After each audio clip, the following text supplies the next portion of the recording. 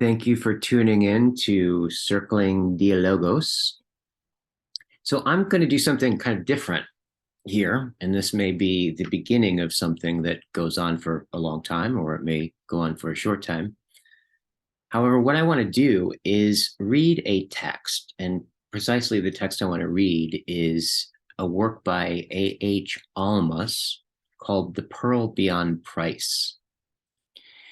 And what I want to do is basically line by line, just start reading the text and talk about it, expand on it, argue with it, grapple with it, try to realize what the text is saying or what the text is trying to say in a way that is illuminating for the reader.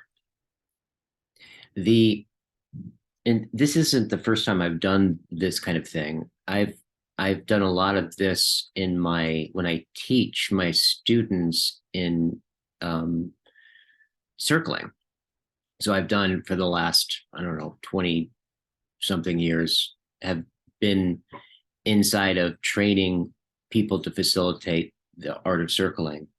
And so part of that is I'll oftentimes read some kind of very dense text that no one would want to read. In fact, they kind of, often want to kill me at first for subjecting them to these like really intense texts. And I just record myself reading it and then riff on it and relate it to circling and facilitation and all the things that we're doing. And I have to say that of all the when I run into people that I hadn't seen in years that used to be my students, there's been a number of times where they brought up those CDs I used to give out, that they still listen to them, that it's one of the things that they really return to. So there seems to be a good, an enjoyable factor to this, a fun factor to this, because I hope that there is, because truthfully, that's the only reason why I do anything, is because on some level it's fun, and brings some element of joy. And so with Almaas, I have done this pretty extensively with another text of his. I have not read Pearl Beyond Price yet. I'll be reading it for the first time with you. The other work that I've gone deep in with Almaas is his book, The Point of Existence. I believe the title is The Point of Existence, and I think the subtitle is something like Self-Realization as the Resolution of Narcissism, which I love that book. I think that book is brilliant. And it's essentially, that book is about what Almaas would call the essential identity, right? Or the dimensionless point. And the Pearl Beyond Price, apparently, from my understanding, is about the personal, I think what he calls it is the personal essence, which I think is more about essentially the essential personality. So as I think about it now, if you imagine like the identity is something like the back of the hand, and the personality is something like the front of the hand, right? So personality seems to imply, implicitly seems to imply the world and relationship and the place that we're persons with other people. And therefore our personality comes out as we become persons with each other. We steward and co-form each other in being persons. I think that goes on from the moment we're born, and I think it keeps going on, until the moment of our death, is we're continually becoming persons through relationship with other people, in ways that are so deep that I think it's hard to completely, fully understand or comprehend it. And so Almaas is taking this notion of, I believe, is taking this notion of personality up and looking at it from I would say maybe a non-dual perspective, more of a Sufi-esque Eastern tradition. And he's also a psychologist. I believe he graduated from UC Berkeley. And he's got quite a discerning mind. And his method, called the diamond approach, is I think it's officially its own religion. It's definitely, I think he would probably refer to it as a spiritual path. But the grounding practice of the diamond approach is essentially Socratic inquiry, which I think makes his work, one, really attractive to me.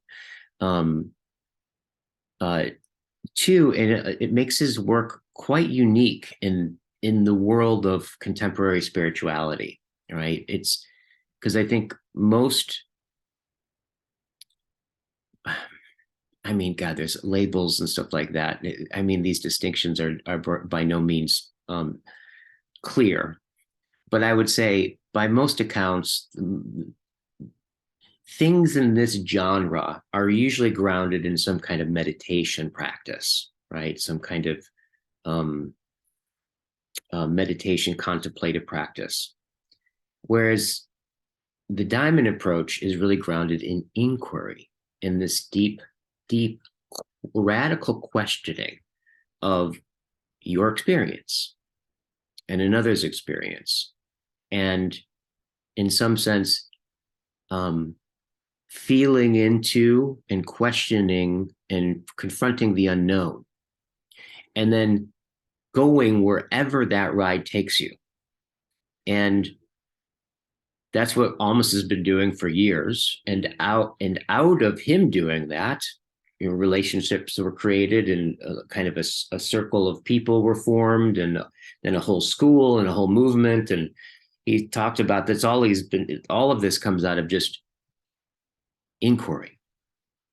So that radical sense of questioning, and precisely the disposition of wonder, right, that I think it invokes, is, I feel, is the fundamental disposition that we owe pretty much the entire Western intelligibility to and tradition to, and its very origins, right? The wonder being the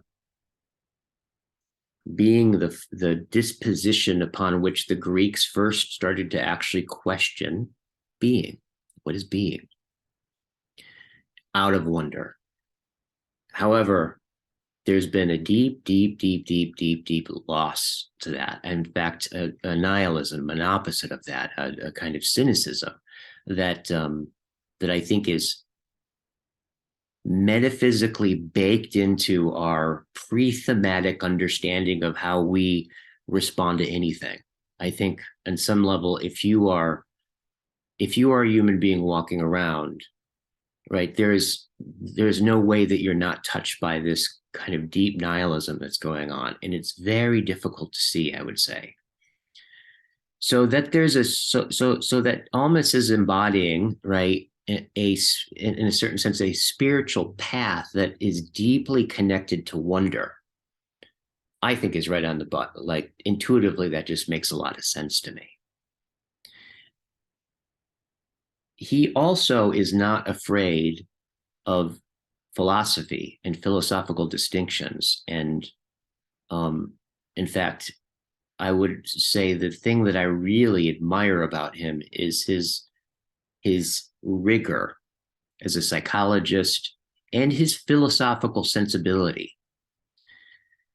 He does not shy away from going deep into these like heavy duty psychoanalytic objects relations, psychology, getting into the very minutia of the distinctions of consciousness and development, and all kinds of things that we're going to discover together in reading this text that I don't see I find with him, he's unique in this way, right? In terms of being a spiritual teacher, right? I think I think there's kind of a strange, um, there's at least in my understanding, there's kind of a strange suspicion of anything intellectual in many of the spiritual teachers and traditions, at least here in California, and that I'm exposed to. Almas is not like that at all. Almas is like, no, there's so much to know, but that knowing is, in this very Socratic way, is grounded in confronting the unknown ever more increasingly, where the more knowledge one gets, the more one can reveal or enter into what is beyond what is known. And that relationship with known and unknown, and the weaving and the tapestry, right, that creates, of the logos. Almas is very, very, very, very attuned, I would say, to the logos and to that spirit in a unique way in our time. Doesn't mean that I totally agree with everything he's going to say. In fact, I'm probably going to disagree with a lot. I have not read Almas in a number of years in any intensive way. So I will probably discover things in his work that I don't currently comprehend are different from when I first read him. So I'll probably be discovering all kinds of things in terms of what I used to think about Almas and what he's saying and what maybe now I think, right? The ongoing hermeneutic circle for me this is a kind of this text will be a coming around again of somebody's work that I haven't read in a while. So in some sense, I'm going to be learning a lot about the last five years or so since I last read him. I'm going to be discovering how my understanding has shifted and my perspective has shifted probably through this. All right. There's so much more to say. There's so much more preamble I could probably give. I would say that, if I recall, Almas is, I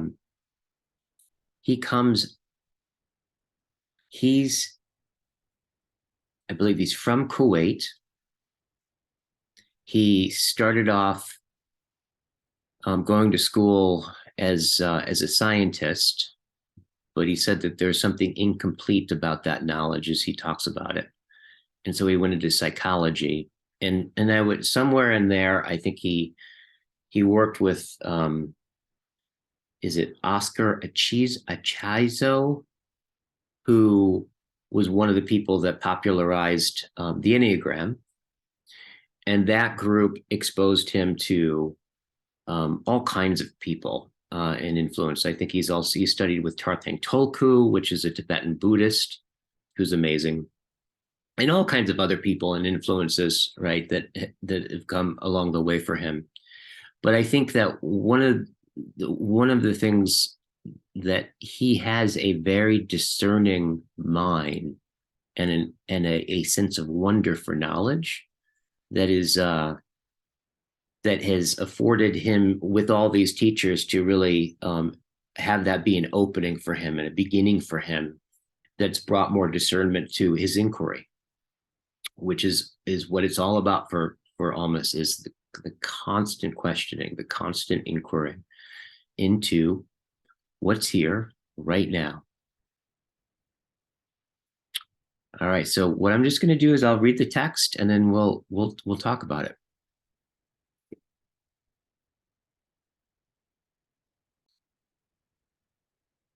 Okay, so I'll start off with this setup and I'll just read the text off the screen and we'll see how that works out.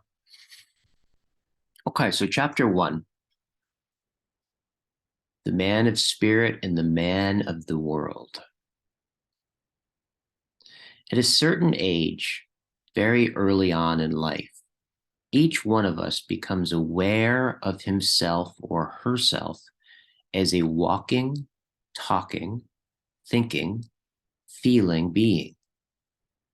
In short, as a living person. It is such a luminous discovery, but it quickly becomes dull with familiarity. Then we live our lives as if we now know what it is to be human, as if maturing were only a matter of becoming more of what we think we already are. The mystery is gone, and life becomes tedious and repetitive. Okay, so right there, right, if we say this is the first chapter of a whole inquiry, right there, it sounds like he's grounding, you could say, the issue or the problem. And what I'm anticipating, right, through what he's saying is that through reading this book, right, we're going to address this repetitive, fundamental familiarity called being human in such a way that we perhaps reveal it as uncanny, strange, and mysterious. And that the problem is, and I would say this goes deeper than just a psychological problem. This is an ontological, as Heidegger would say, a fact of, Dasein and its facticity falls into the world, into the they and the familiarity, and that part of the structure of being human is to do that, right?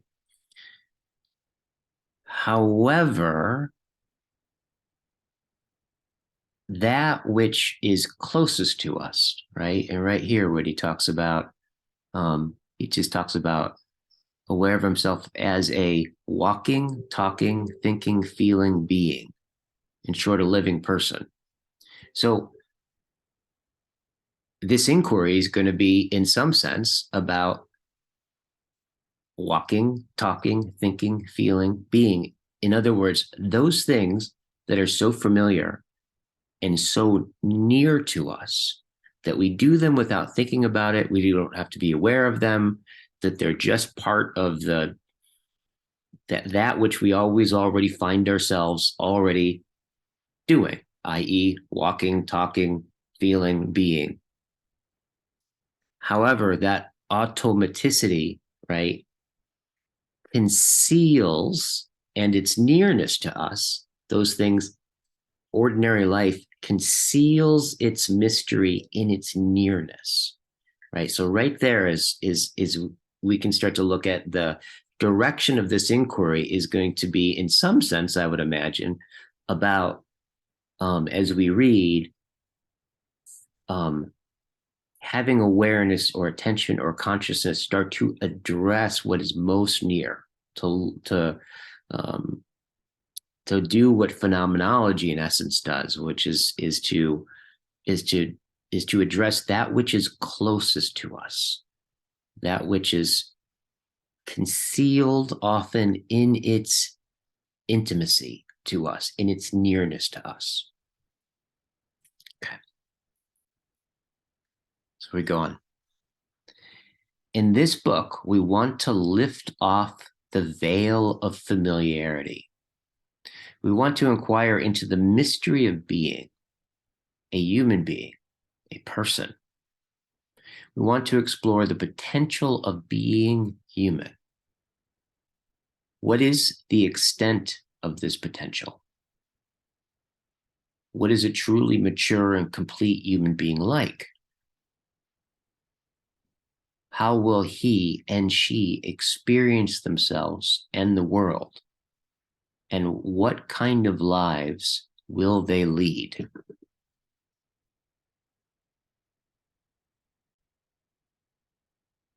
So right here in this first sentence, in this book, we want to lift off the veil of familiarity. So this this sense of that to be human is to be robed in skin, right? Not just physically, but psychically, ontologically. That there's something about being human that is that inevitably has to do with a kind of, we can be hidden from ourselves. We can be, the world can be hidden from us in obvious ways, right? But I think in the way that he's talking about is that there are ways that things can hide themselves in plain sight. Our most basic functioning, right? Our walking, talking, thinking, feeling, being, right? In some sense, is we do these things all the time. You're doing them right now. I'm doing them right now. However, the familiarity with them conceals their mystery. And so this notion of veils is it seems to be intrinsic to us, concealment, right? And so if we look at the word reveal, is such an interesting word, because you think about this, the word reveal, right? To both veil again and unveil. It's got this really interesting connotation to reveal something, right? On one level, we're unveiling it. On another level, we're reveiling it. So in other words, I think that there's probably something, or at least it strikes me that there's something about this kind of almost ontologically the case with us, that we are always dealing in veils, and that even the unveiling is another kind of veiling, right? In a way. Now, also, when you think about veils, right, we only veil things that are precious, right? The more precious something is, the more protection we have about it, the more we hide it, the more we cover it, right? The more beautiful and precious and valuable something is, the more veils we put on it, right? So those things which are closest to us, right, are going to be the things that we rely on the most. They're going to be the most intrinsically valuable, personal, and the most veiled, right? So to unveil this, right, is it takes the process of inquiry. I think this is basically what he's setting up, what this book is going to be about. It's about how to unveil, right, that which is most near to us. We go on. We begin our inquiry by contrasting two poles of human experience. At one end of the spectrum is the experience of what we call, quote, the man of the world, unquote. The individual who is busy living a personal life, trying to find personal fulfillment, working on strengthening and expanding himself. It is an accepted and approved concern for a human being in most societies to seek personal happiness, fulfillment, and autonomy in the process of building a personal life, as long as it is not at the expense of others. This has become the dominant view of man in modern societies. The personal life is the core of most human activities.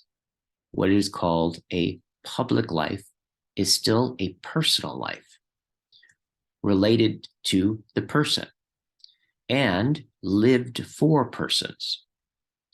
In our exploration, we will examine in a new light the conviction that living a personal life centered around the person is its own value and end. Okay, so I think what he's probably, this paragraph maybe is starting to set up is that he is doing something distinct and different than perhaps other spiritual traditions, right? Where like in a lot of spiritual traditions, the sense of the personal is the thing that you want to abolish, right? It's like considered the, I don't know, power hungry or whatever that thing is about you withdraw the personal, you starve the personal so that a more universal dimension opens up. What Almaas is saying is that actually what may be the case is that the personal, right, is where it's at. It's where the dope is. The dope shit is at, right, basically. And that he's going to say that maybe what we call personal, right, is spiritual in a profound way. That it may not just be a hindrance or a barrier to something more spiritual or something larger or more whole. That there may be a way of seeing the personal, of experiencing the personal, of addressing the personal that reveals the personal as something essential ontologically. Okay. See what he has to say now.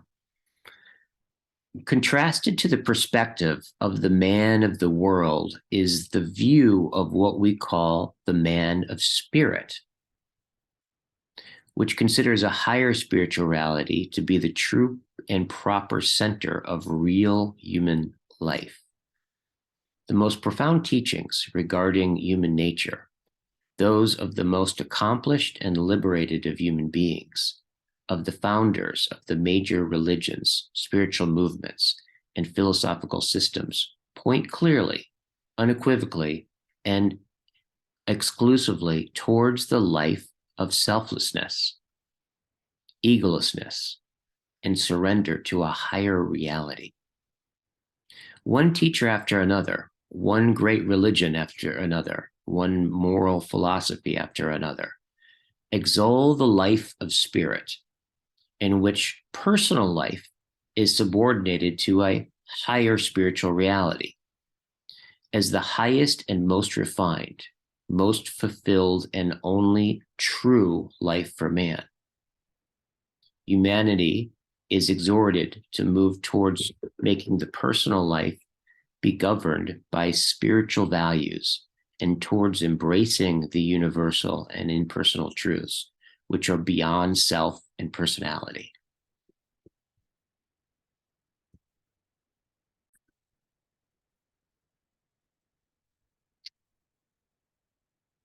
He goes on, thus the main difference between the perspective of the man of the world and that of the man of spirit is that the first considers the separate personal self to be the center of life and personal life to be its own value and end, while the later makes a higher reality to be the center of life and believes that the personal life must be subordinated in relationship to such a higher reality. And Luke 9:23, Christ states, quote, if any man could come after me, let him deny himself and take up his cross daily and follow me. For whoever would save his life will lose it, and whoever loses his life for my sake, he will save it, unquote. In Islam, the Quran asserts a similar stance. For example, the following passage, the statement is that of dying for God is the right course, implying that the personal life in this world is not as important. He quotes, do not speak of those who are slain in Allah's way as dead. Nay, they are alive, but do not perceive. Who, when a misfortune befalls them, say, surely we are Allah's, and to him we shall surely return. Those are they on whom are blessings and mercy from their Lord, and those are the followers of the right course. The Far Eastern spiritual traditions go even farther than the prophetic traditions in denying the importance of the personal life. In the Dhammapada, a major Buddhist canon, the Buddha states, no one is higher than him who will not be deceived, who knows the essence, who has abandoned desire, renounced the world, and lives untouched by the flow of time. Nevertheless, the life of man of the world consists largely of the fulfillment of personal desires. The personal self is the sense of being a separate entity. It is not only valued, its real existence as an entity is taken for granted by virtually everyone. The personal self has been the focus of study of Western depth psychology, ego psychology, objects relations theory, developmental psychology, self-psychology, etc. An eminent psychologist says in a book devoted to its study, while no one can agree on exactly what the self is, as adults, we still have a real sense of self that permeates daily social experience. It arises in many forms. There is the sense of self that is a single, distinct, integrated body. There is the agent of actions, the experiencer of feelings, the maker of intentions, the architect of plans, the transposer of experience into language, the communicator and sharer of personal knowledge.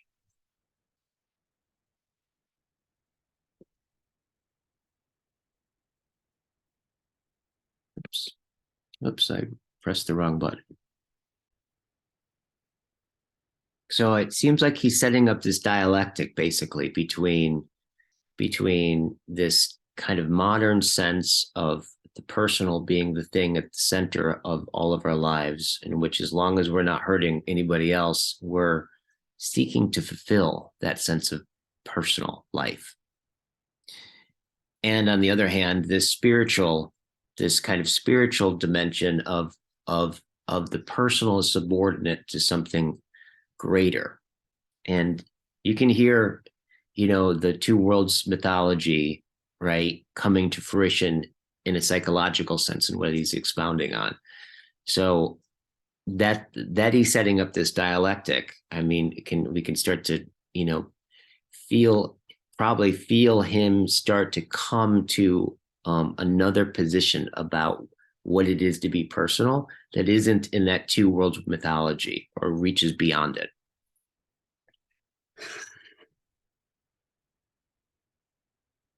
So he goes on here. Western psychology shares the common cultural perspective that the self is and must be the central axis of life. Its view regarding the personal self can be seen as the expression and crystallization of the view of the man of the world, cast in scientific language. It considers mental health the expression of a strong, cohesive personal self as a separate sense of identity. The founder of self-psychology puts it this way. Mental health is often defined by analysts in harmony with the remark ascribed to Freud, rather loosely and extraneously, as a person's ability to work and to love. Within the framework of the psychology of the self, we define mental health not only as freedom from the neurotic symptoms and inhibitions that interfere with the function of mental apparatus involved in loving and working, but also as the capacity for a firm self to avail itself as the talents and skills at an individual's disposal, enabling him to love and work successfully. The importance, Almaas goes on, the importance of the self for objects relations theory in terms of understanding psychopathology can be seen in the words of James Masterson. However, this additional dimension of a focus on the self, defined as an intrapsychic entity, When kept in concert with the other perspectives of development, objects relations theory can lead to a broader, more inclusive, and comprehensive concept of the borderline and narcissistic disorders as disorders of the self. Almost goes on. An important part of our exploration in this book will be to study in detail and in depth the findings of depth psychology, especially those of objects relations theory, and relate them to the spiritual perspective of the man of spirit.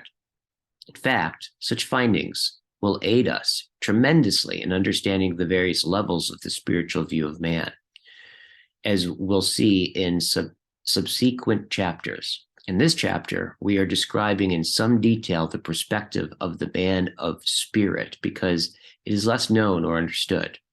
In chapter 2, we will focus in more detail on the perspective of the man of the world and its center, the personal self, by discussing how it is understood by objects relations theory. The man of spirit not only subordinates the self to a higher reality, but sometimes goes further to denying its fundamental existence. The highest realization in Buddhism, for instance, is that ultimately there are no separate, independent, and intrinsically existing persons. The Buddha repeatedly states this, as in the following passage from the Diamond Sutra. It is because no bodhisattva who is a real bodhisattva cherishes the idea of an ego entity, a personality, a being, or a separated individuality.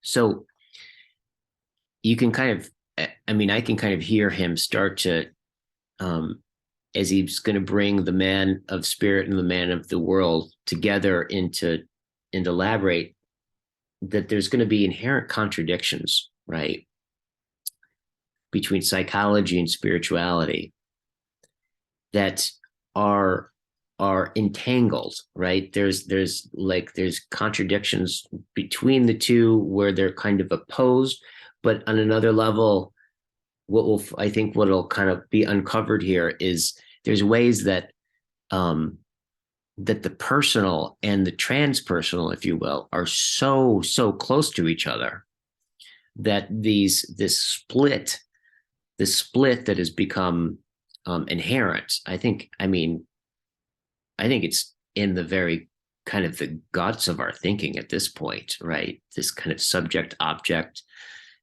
spirit, self, as divided, right, as separate from each other. You end up with spiritualities that propagate these things, right? And I think what he's kind of coming to here is again, that there may be something deeply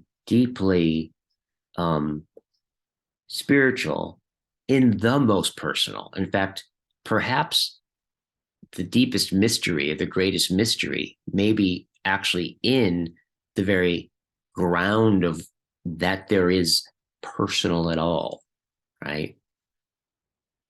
So you can kind of get this sense, where he's going to kind of rigorously start to kind of maybe deconstruct both of these views, see their origin, and something else can arise through this.